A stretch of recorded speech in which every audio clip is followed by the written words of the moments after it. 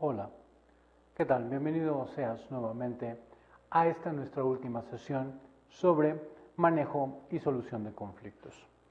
Como verás, en esta ocasión vamos a dar por término en lo que hemos venido hablando sobre manejo, solución de conflictos, negociación y cuestiones de negocios internacionales. Como siempre, nuestros objetivos principales para este tipo de asignatura es el que tú tengas las herramientas que te puedan llevar a incursionar en los mercados globales, en los mercados internacionales y que al final tengas los elementos para poderte comunicar eficaz y productivamente. Una comunicación eficaz, una forma elocuente de poder realizar las negociaciones, pero sobre todo la capacidad para poder entender los procesos en los mercados globales, internacionales y regionales.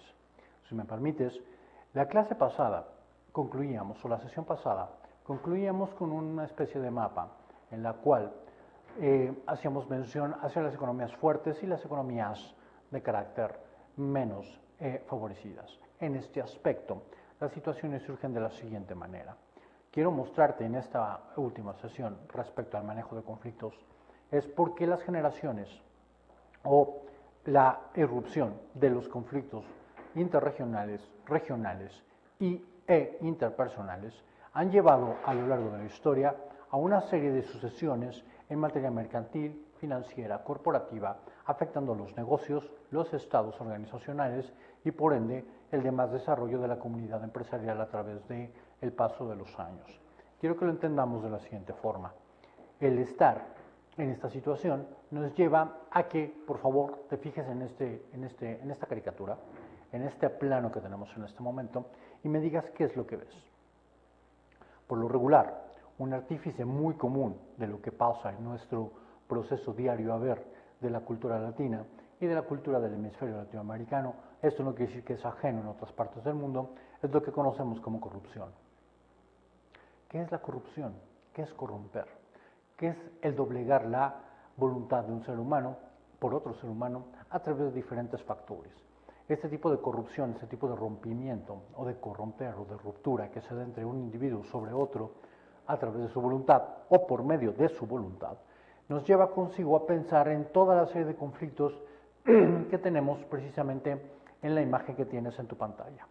Quiero que lo veas, tenemos una parte que habla sobre lo que es los modelos económicos, como es el capitalismo, el neoliberalismo de carácter salvaje que se hace mención en este aspecto. Con esto no quiero decir que realmente lo sea así, es simplemente que nos guiemos en la imagen. Una serie de políticos en los cuales se ven de alguna manera con bolsas de dinero en las manos y con antifaces de otrora ladrones, y bien, toda una serie de situaciones que enmarcan lo que es corrupción, rapiña, robo, etcétera, etcétera, etcétera. Esta imagen que, vamos, el color blanco y negro, la forma en cómo está expuesta, nos está diciendo que es una parte oscura, es una parte gris, es una parte negativa de la conducta humana, y que por lo tanto lleva a conductas igual de reprobables. Esto es generador de conflicto. Por favor, lee el siguiente texto. Fíjate en lo que dice. Un conflicto es un desacuerdo entre personas o bien partes porque quieren lo mismo, piensan distinto o se ofenden entre sí. En las relaciones sociales, familia, cuadrilla, instituto, patria, sachem, grupo social determinado, es normal que surjan conflictos. Es imposible no tenerlos. Eso nos debe preocupar, no nos debe asustar o culpar. Lo importante es el modo de cómo vamos a tratar estos conflictos, porque según cómo lo hagamos, como podamos resolverlo pacíficamente, ganando algo para las dos partes, pero también podemos reconquistarlo o incluso agravarlo, de forma que una de las dos partes o las dos pierdan o terminen sintiéndose mal, es decir, teniendo resentimientos, malestares emocionales o bien antipatías. Normalmente asociamos el conflicto con algo negativo. Le llamamos enfado, enfrentamiento, sufrimiento, inhibición, bronca inclusive, ¿no? Sin embargo, se trata solo de un desencuentro o un desacuerdo. Normalmente confundimos conflicto con la respuesta que te damos. La tendencia es a reaccionar con huida o con un ataque, lo cual suele agravar problemas. Si lo intentamos resolver pensando, hay más posibilidades de solucionarlo, incluso la relación entre las partes puede mejorar. Esto, en el contexto general, como vemos, es el análisis, la percepción que se tiene de la idea del conflicto y la forma en cómo vamos a abordarlo y vamos a llegar a tratar de resolverlo con el beneficio para las partes involucradas. Esto nos va a dar como consecuencia algo mucho más dinámico. Si logramos entender esto y lo colocamos en tiempo y espacio conforme el desarrollo de las organizaciones, la evolución de los estados-naciones, la generación de negocios, la parte financiera y monetaria y económica del mundo, lo podemos ver de la siguiente forma. ¿Cuál es la transformación del sistema internacional y cómo es el mundo después del 11 de septiembre, hablando estrictamente del siglo XXI? Tenemos familia, tenemos antepasados, podemos ver a través de los usos y costumbres de cada uno de ellos cómo era el desarrollo del mundo, sus usos, sus formas, sus costumbres, a través de las décadas que a ellos les tocaron vivir y conforme nos toca vivir a nosotros. Quiero que lo veamos de la siguiente forma. ¿Hay una nueva estructura mundial a partir de la posguerra fría? Claro, por supuesto. Surge el fenómeno de la globalización y la crisis del Estado-nación, como le llaman algunos. Incluso hay una teoría por ahí que habla sobre el Estado fallido, es decir, aquel Estado que es incapaz o aglutina, almacena incapacidades varias para poder no resolver conflictos de carácter estructural o bien de carácter de tipo social. Después tenemos la parte del mundo después del 11 de septiembre. Muchos resentimos que después del 11 de septiembre el mundo fue completamente distinto, es decir, empezó a cambiar. La definición por un mundo unipolar se hace cada vez más presente en cuestiones como las finanzas, la economía y la concentración de los mercados. Hay consecuencias y hay una nueva agenda internacional donde uno de los principales problemas es la paz mundial. Los nuevos actores internacionales están enmarcados en una situación de gobiernos locales y su actividad internacional y obedecen a un marco jurídico determinado. Como vemos, dirías tú, bueno, ¿qué tiene que ver esto con los negocios? Quiero que veamos lo siguiente y quiero que lo entendamos de la siguiente forma.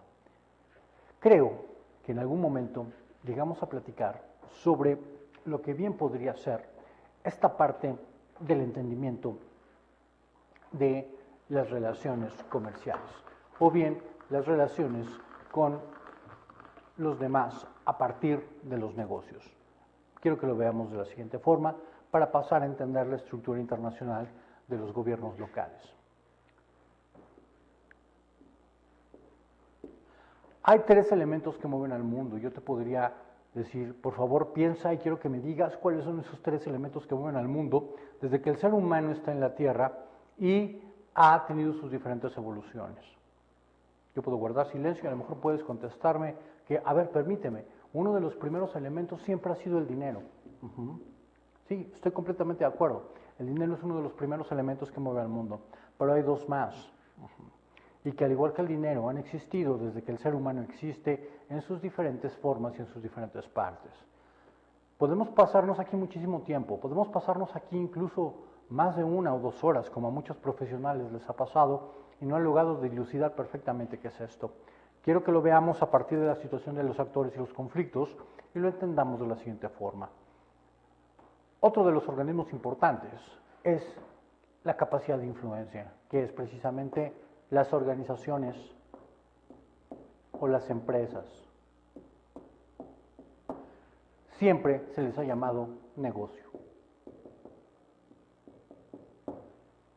Pero falta un actor más. ¿Cuál es el actor que también puede tener influencia, puede tener dinero, y que la suma de todo lo hace poderoso? Aquel que pone las reglas, el Estado. Concretamente, la parte que tiene que ver con el gobierno, que es la parte mera de la administración. Bien, la suma de estos tres elementos te va a dar algo que conocemos como poder.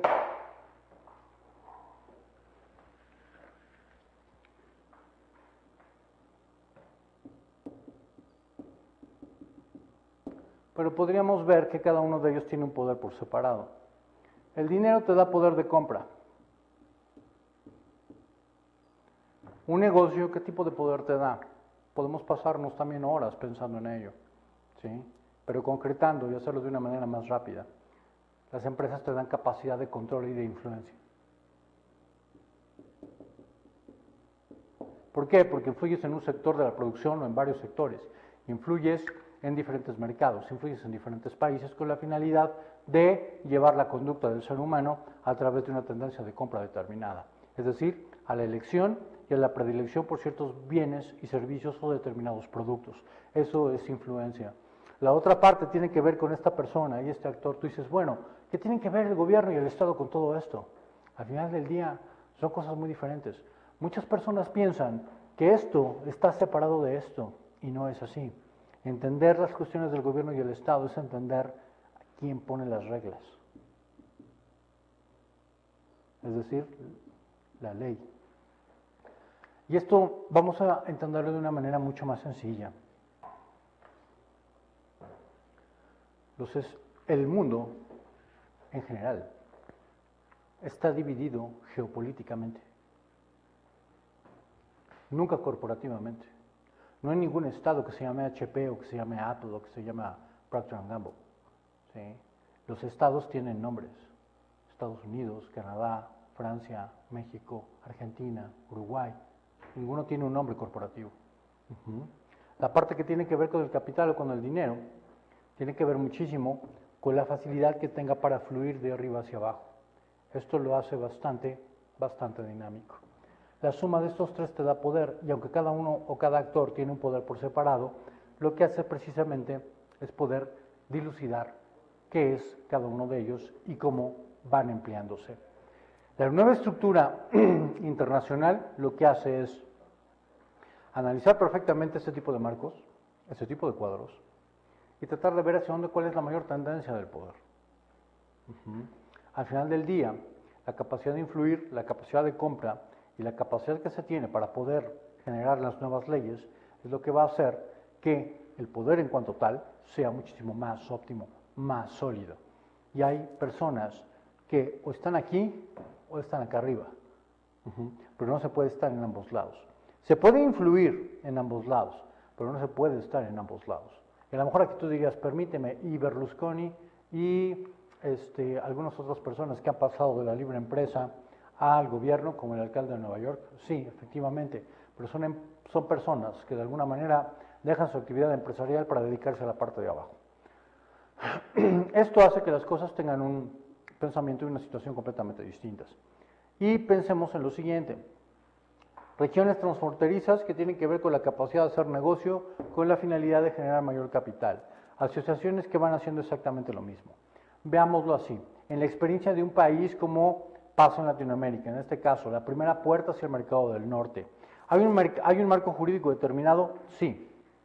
¿Este cuál es? Aquel que ostenta la Constitución. Después, hay una situación que se le llama de federalismo, es decir, donde aquellos estados están perfectamente separados con la finalidad de tener identidad propia, reglas propias, capacidades y personalidades jurídicas propias y poder así influir en determinados negocios locales con la finalidad de hacer y generar mayor capital. Hay asociaciones nacionales en los gobiernos locales, claro, por supuesto, sobre todo de carácter empresarial, les llamamos cámaras. Cámara de Comercio, Cámara de la Industria del Vestido, Cámara de la Industria Panificadora, etcétera, etcétera, etcétera.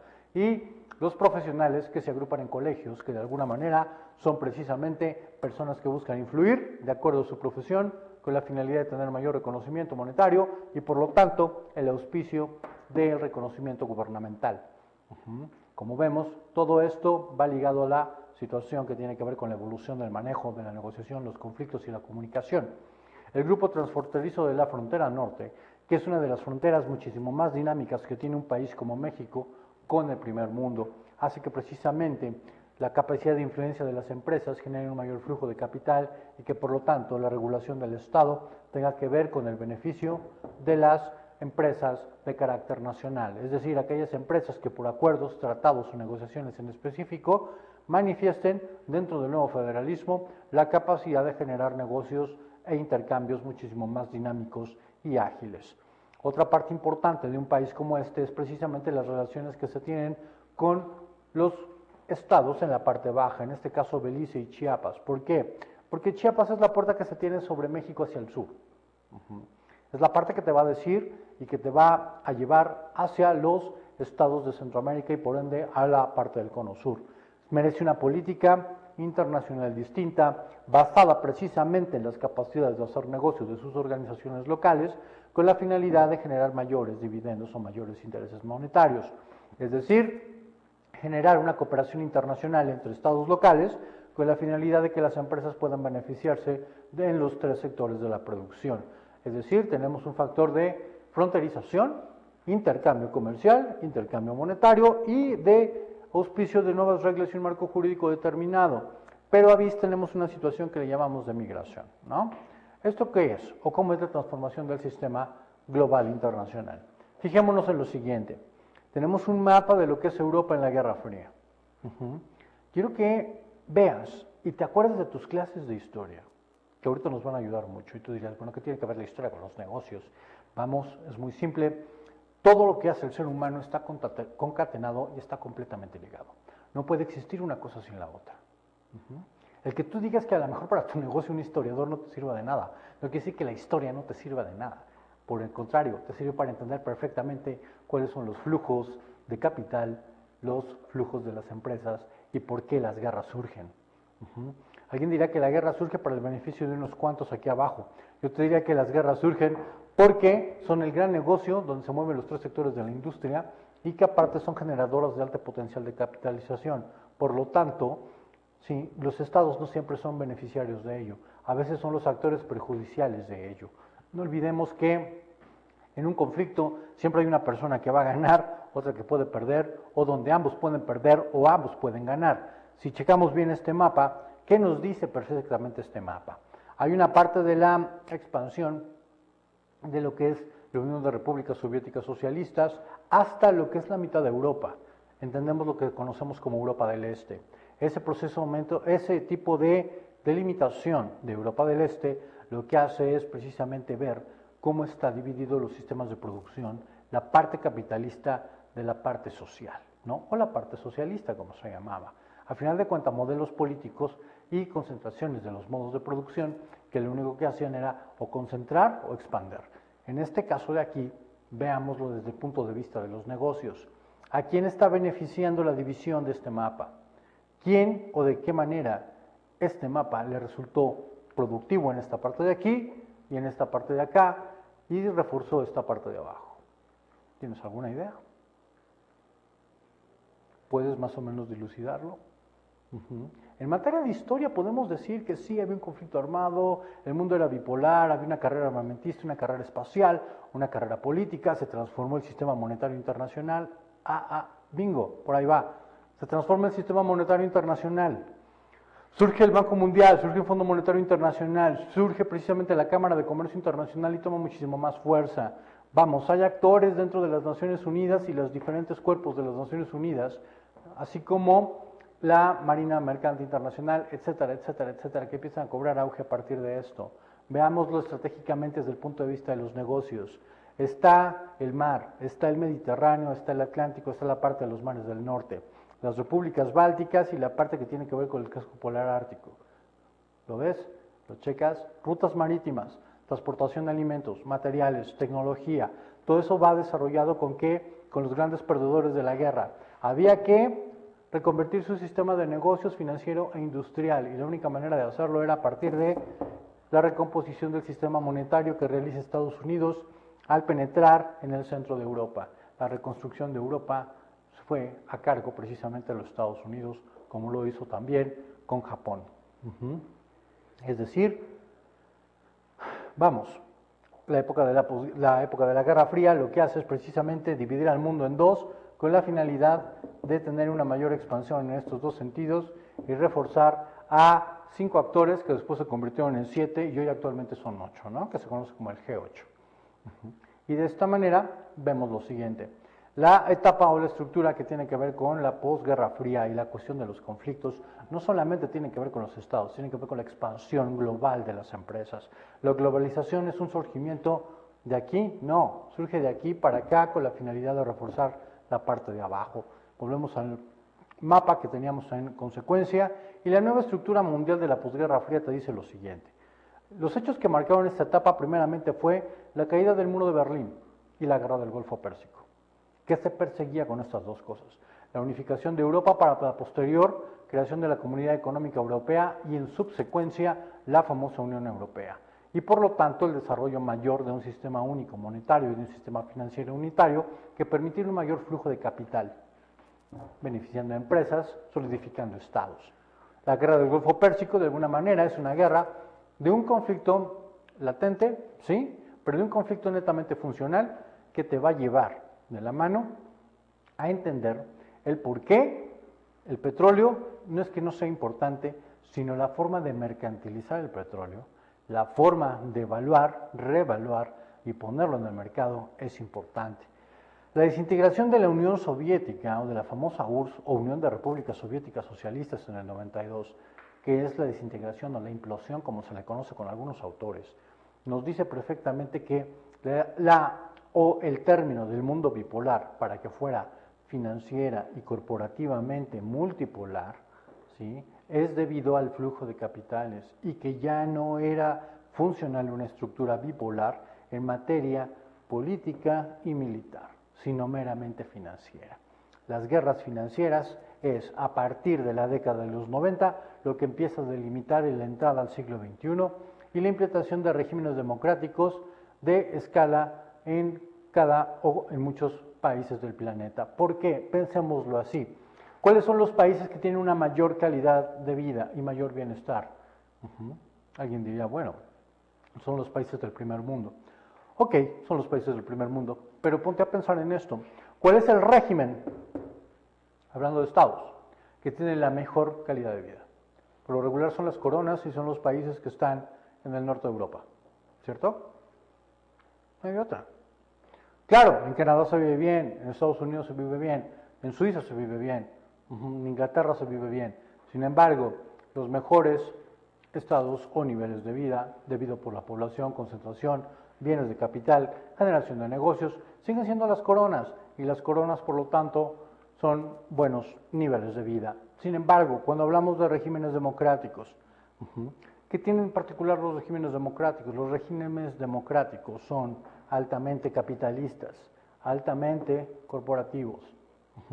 Es una sobrevivencia de uno sobre el otro, la superposición de un sector sobre el otro, o bien el de las empresas sobre otro tipo de organizaciones con la finalidad de controlar mercados, estructuras, nichos, etcétera, etcétera, etcétera. Eso hace que las cosas sean completamente dinámicas en un mundo completamente álgido y democrático. Las democracias son altamente capitalistas y eso es lo que las hace diferente de los demás. Vamos, no hay regímenes puros. Yo sé que hay regímenes mixtos y que esos regímenes pueden combinar sistemas de producción, etcétera, etcétera, etcétera.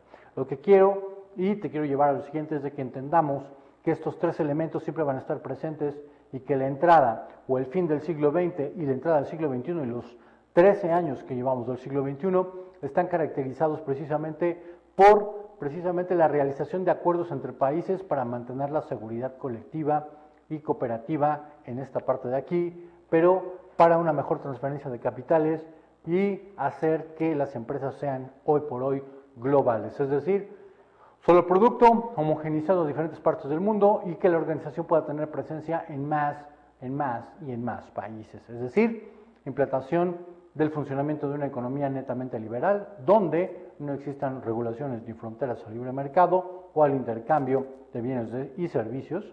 Se desintegra Yugoslavia como parte del proceso de la caída y de la implosión del régimen o del bloque socialista.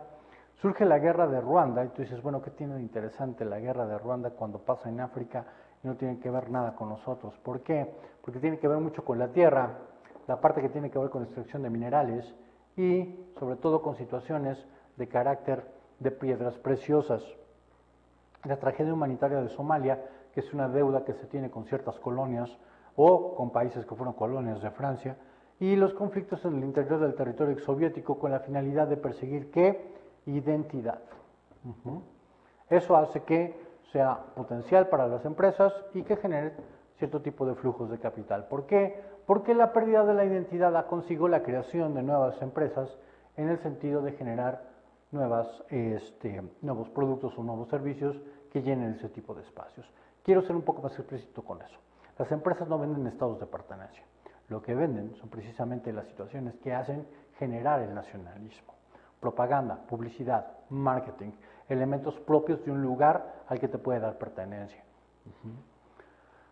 Otra parte que tenemos es el auge de los fundamentalismos y los nacionalismos a partir de los países árabes y que por lo tanto hace que sea mucho más dinámica esta parte de aquí, generando conflictos en esta zona de acá. Porque siempre se dice que el dinero es una parte un tanto cuanto mala, ¿no? Y que puede llevar a la no virtud del ser humano. Y si lo radicalizamos, precisamente el mundo árabe a veces tiene que ver mucho con esto, no siempre, pero se le ve de este punto de Occidente como esa situación. ¿Y qué fue lo que implicó el fin de todo este tipo de procedimientos a partir de los 80 o del término de la Guerra Fría? La disminución importante en el nivel de antagonismo de ideas, es decir, se trata de hacer más homólogas las ideas. Buscamos encaminarnos todos hacia una perspectiva donde influir y establecer leyes sea lo óptimo para los grupos sociales. El cambio de la naturaleza de competencias básicas, es decir, de disputas políticas, militares e ideológicas, a una influencia que se obtiene a través del éxito comercial, donde lo importante es precisamente ser exitoso en materia macroeconómica con la finalidad de generar mayores estados de bienestar y tener un liderazgo industrial y científico. El ascenso de la agenda global a temas que hablan sobre todo del orden social, un lugar subordinado del deterioro del medio ambiente, es decir, hacerlo limpio, y por lo tanto disminuir la pobreza, la proliferación de migraciones, narcotráfico, terrorismo y nacionalismos, ¿no?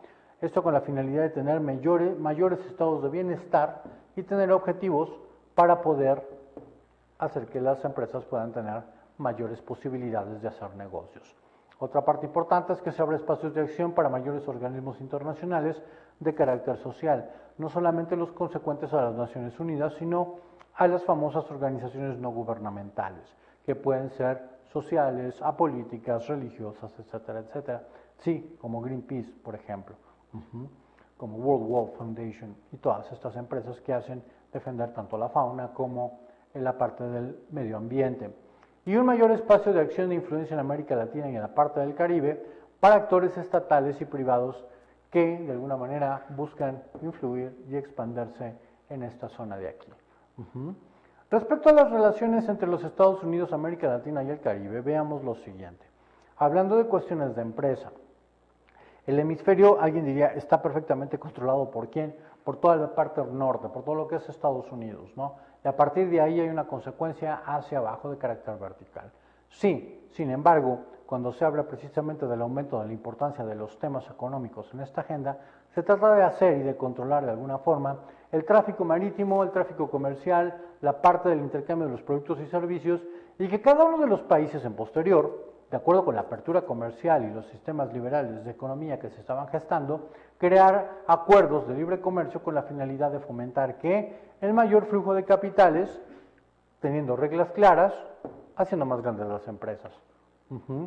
Una influencia creciente en los actores estatales con la elaboración de políticas hacia la región, es decir, haciendo de mercados comunes algo habitual y que se puede intercambiar con ellos con la finalidad de hacer más grande el aparato industrial.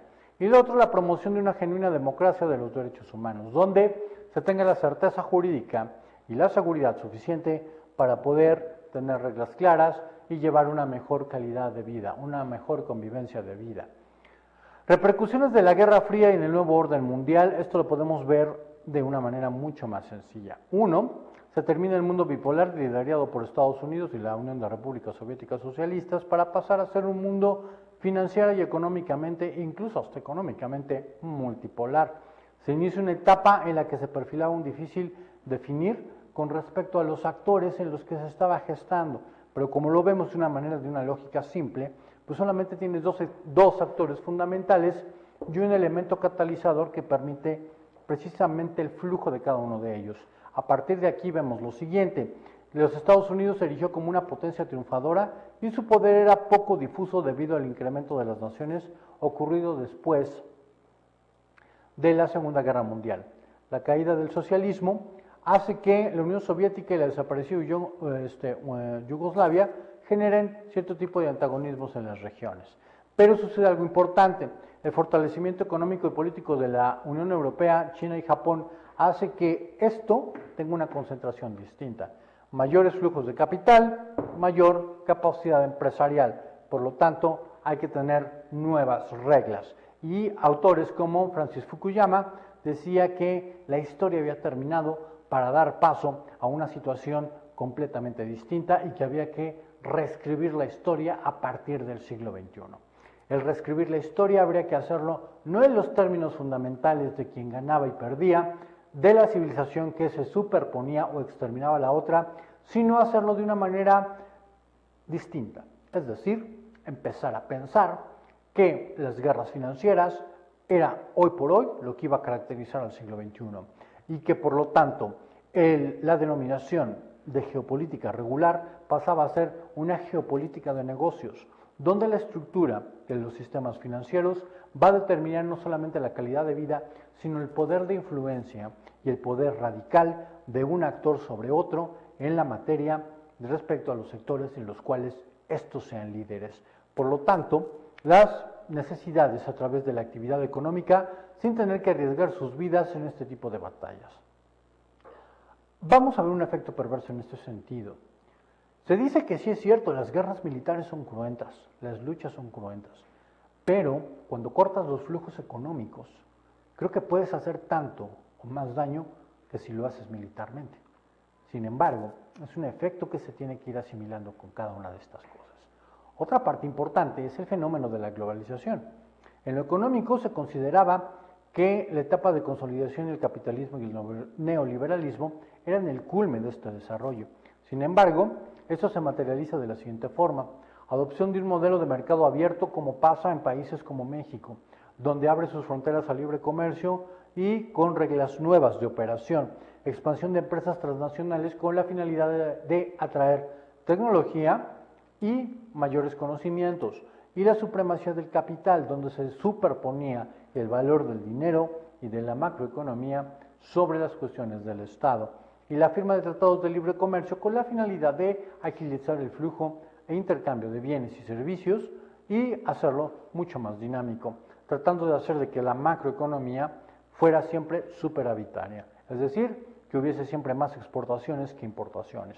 Esto es algo lógico hasta cierto punto. Se trata de hacer del dinamismo internacional algo sumamente útil y que por ende logremos un mayor bienestar para todos, disminuyendo las situaciones de conflicto. Pero esto también se ha significado lo siguiente: se ha ampliado la brecha entre los países subdesarrollados y desarrollados. Acordémonos del mapita que teníamos en la sesión pasada, ¿no?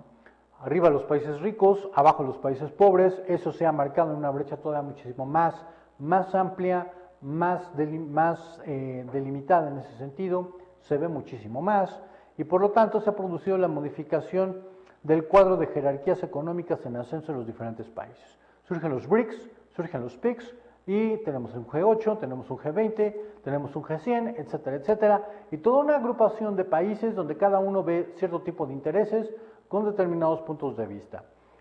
Están los tigres asiáticos, está China y algunos latinoamericanos como Brasil, México, un tanto cuanto Chile y Argentina, que también tratan de ser punteros en esta situación. Y el eje de crecimiento del comercio mundial suple al Océano Atlántico para darle paso a lo que es el Pacífico. Y hoy por hoy hay acuerdos comerciales donde se trata de auspiciar al Océano Pacífico para que pase en el siglo XXI a ser lo que era en el siglo XX el Océano Atlántico, lo cual es una muy buena idea y va a generar expectativas positivas en cuestiones de influencia y negocios en la región, por lo tanto, un mayor flujo de capital con reglas completamente nuevas y con estados completamente más sólidos y más fuertes. Otra parte importante es que en la lista del comercio mundial, China pasó del puesto 32 en el 78, es decir, del siglo pasado, al número 15 para 1989. Tú dices, hey, ¿cómo pudo haber sido tan rápido? El décimo en 1997 y el sexto para el 2001. Es decir, que para el siglo XXI China entró siendo una potencia económica como tal. Además, en este último año, es decir, en el 2001, su volumen de comercio de importación y exportación alcanzó los 509 millones 650 mil millones de dólares, 157% más que en 1997. Es decir, tenemos una economía meramente superavitaria que hace de esto algo sumamente grande. Y por lo tanto, tenemos que en la región del Asia-Pacífico, actualmente hay 220 países con regiones comerciales y todos ellos negocian con China y con Japón, Estados Unidos, la Unión Europea, etcétera, etcétera, etcétera, haciendo esto mucho más álgido, mucho más dinámico y con poderes de influencia completamente distintos. Como vemos, los países, la cuestión de la geopolítica en materia de negocios y en materia política es muy cambiante y muy dinámica. Entender el proceso de la internacionalización y la globalización nos lleva a pensar en situaciones de reglas nuevas y cuestiones que pueden ser poco definidas en ciertos aspectos.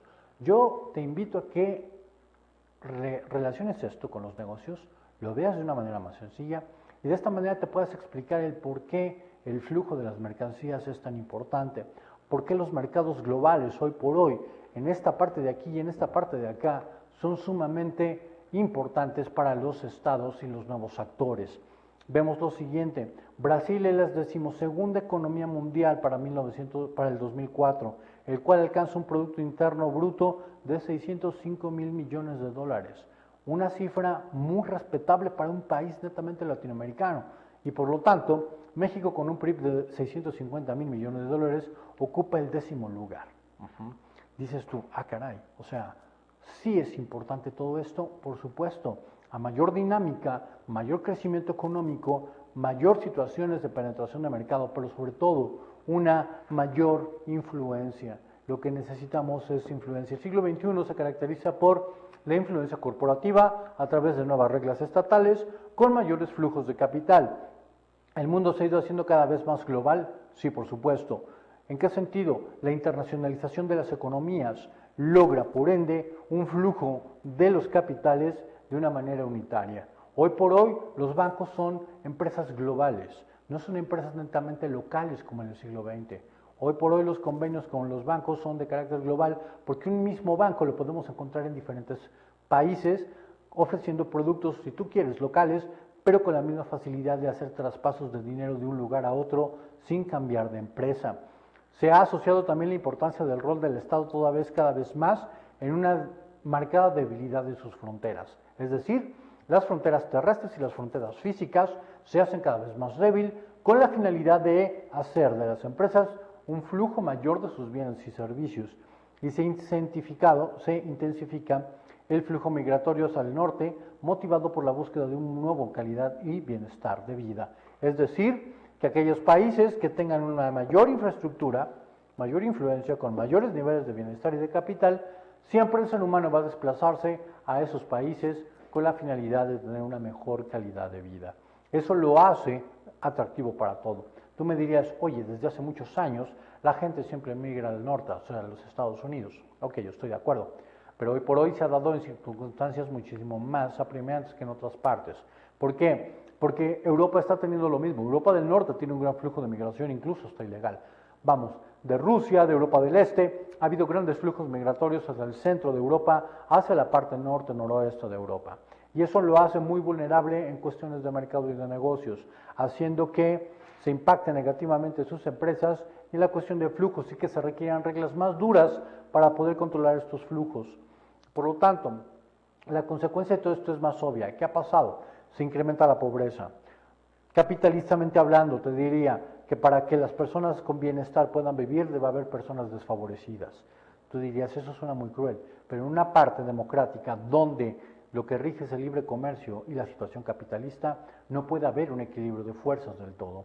Siempre debe haber una especie de asimetría que permita la distinción entre el poseedor y el desposeído, porque ese es un régimen capitalista. A través de este comentario podríamos tener muchísimos antagonismos. Sin embargo, es bueno dejarlo en claro porque es parte de la percepción que se tiene en materia de negocios. ¿Cierto? Que hacemos empresa y hacemos negocios con la finalidad de crear bienestar, pero no podemos darle ese bienestar a todos. Buscamos también a aquellas personas que sean óptimas y productivas con la finalidad de hacer crecer nuestras organizaciones, nuestras empresas, y por lo tanto llevarlos a un buen puerto en esta parte. Cerca de 900 millones de personas que residen en Occidente disfrutan del 86% de los gastos de consumo y el 79% de la renta mundial, el 58% del gasto energético y el 74% de líneas telefónicas. Tú dirías, todo eso se paga.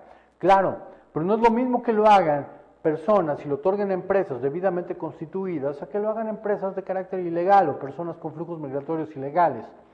La extensión de todo esto y la profundización de interconexiones múltiples entre los estados y las sociedades conforman el famoso sistema mundial. Es decir, esta parte de aquí está interconectada, se tiene un estrecho vínculo con las empresas y por lo tanto ambos gozan del factor de en medio que es el flujo de capitales. Quiero que entendamos esto.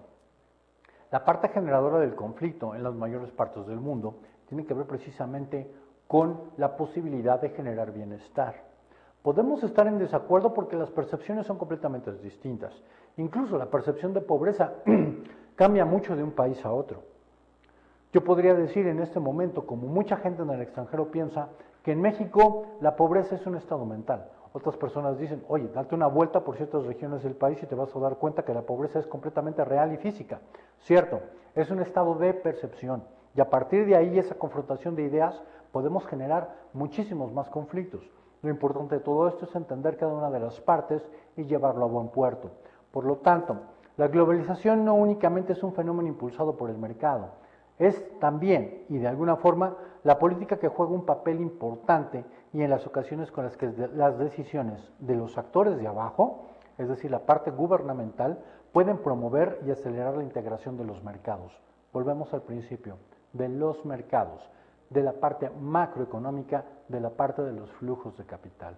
Lo importante de todo esto es de que para el siglo XXI nos enfrentamos a un mundo de alta competencia monetaria, de alta competencia corporativa y con nuevas reglas, donde el actor de abajo sigue teniendo el poder de coerción o coercibilidad absoluta, el implemento de las leyes y la división de la geopolítica exacta. Sin embargo, tenemos que el actor de arriba ha cobrado una mayor fuerza y por lo tanto la fase contemporánea de la globalización transforma los cimientos del orden mundial y lo alejan prácticamente de lo que era el siglo XXI, basado en una política meramente de Estado. Ahora se busca precisamente beneficiar a ambas con la finalidad de hacer un mundo múltiple de niveles de gobierno y de niveles empresariales. Hay quienes hacen de la política para ocuparse de temas como la corrupción, el narcotráfico, protección del medio ambiente, bla, bla, bla. Pero hay quienes se ocupan de la política y del Estado con la finalidad de hacer algo como esto y tratar de crear nuevos procedimientos y nuevos procesos. Quiero que veamos también que los entornos culturales son muy importantes en este sentido. Lo cultural siempre adquiere una importancia relevante porque nos da pertenencia.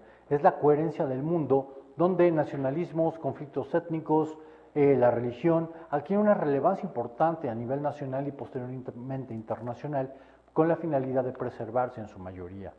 Vemos que hay muchísimos autores que hablan sobre este tipo de temas y que nos dicen que el reconocimiento claro de procedimientos de este tipo nos van a llevar a entender mejor la prosodia de cada una de estas cosas.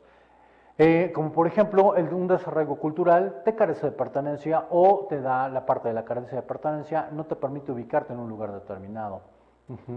Y por ende puedes ver diferentes partes de un país como el nuestro y del hemisferio latinoamericano, que te va a permitir darte un claro ejemplo de lo que te estoy diciendo. Y eso es porque hay partes donde se desfasa la gente con la finalidad de hacer crecer el sector de arriba. Con eso no quiero decir que sea malo o sea perverso, sino que simplemente hay situaciones de flujo que no puedes detener. Y eso es lo que hacemos o se hace en materia de negocios.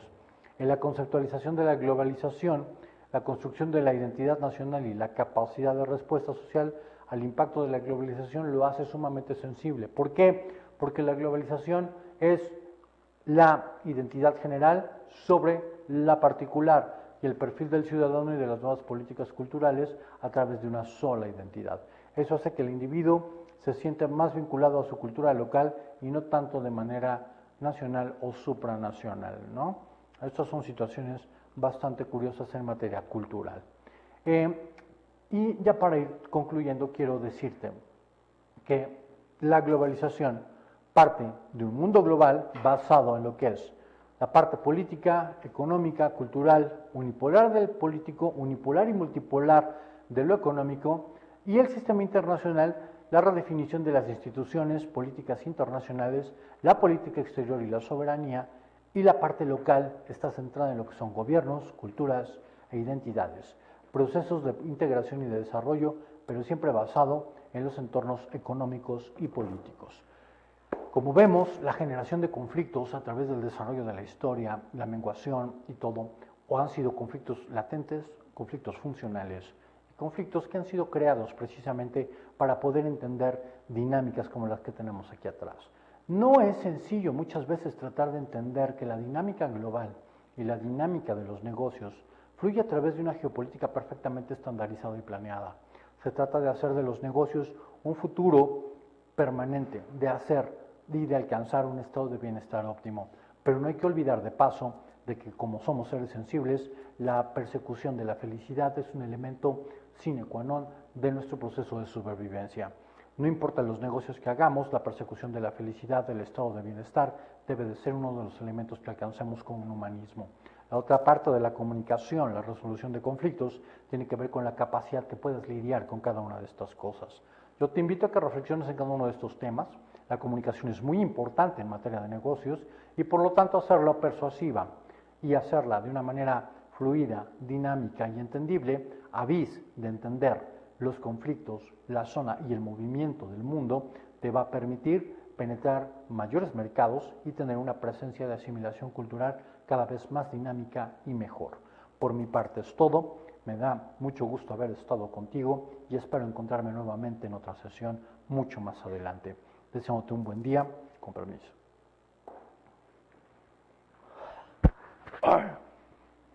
¿Qué tal?